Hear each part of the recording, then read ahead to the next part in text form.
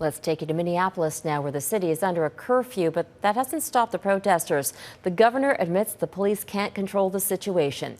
NBC's Morgan Chesky is on the ground there. Morgan, what is the response to the National Guard moving in?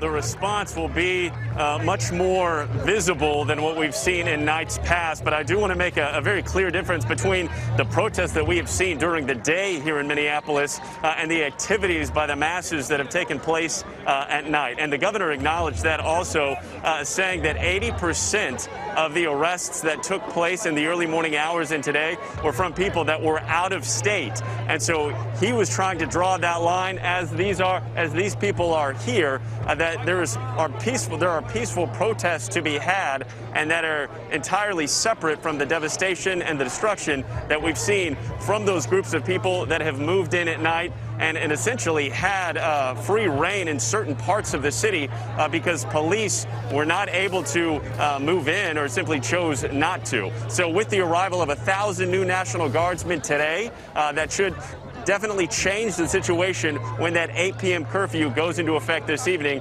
However, any actual enforcement, we'll have to wait and see. Robin? Morgan, is it fair to say that these protests have degenerated into chaos? I think it depends on what protest we look at, because during the day, protests such as this one have existed in a very peaceful manner, beginning about a mile away from here near the 5th Precinct Police Station in Minneapolis, before marching to this intersection where we're at right now. And we're very close to where George Floyd lost his life on Monday evening. And so right now, crowds have been keeping relatively peaceful. However, we've seen the disintegration of peaceful protest into looting, into vandalism earlier this week.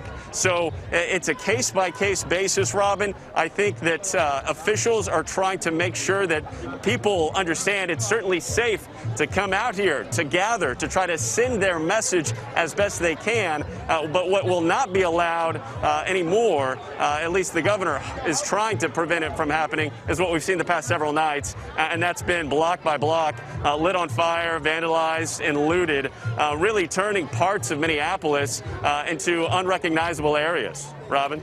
But has the message of what happened to George Floyd been lost? I would answer that question, Robin, by saying that for these people, the message for George Floyd has definitely not been lost, and that's why they feel it's even more incumbent upon them to come out here today, to peacefully protest, to gather in this way in a very diverse group, because their message that George Floyd did not die in vain and that justice will be served is what they're trying to send.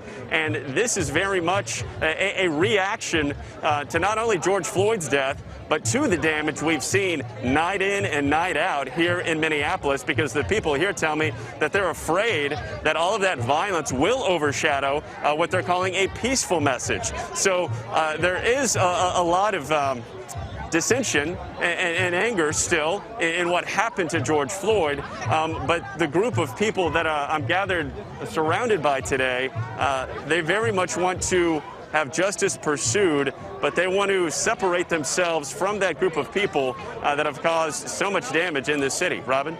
Morgan Chesky in Minneapolis tonight.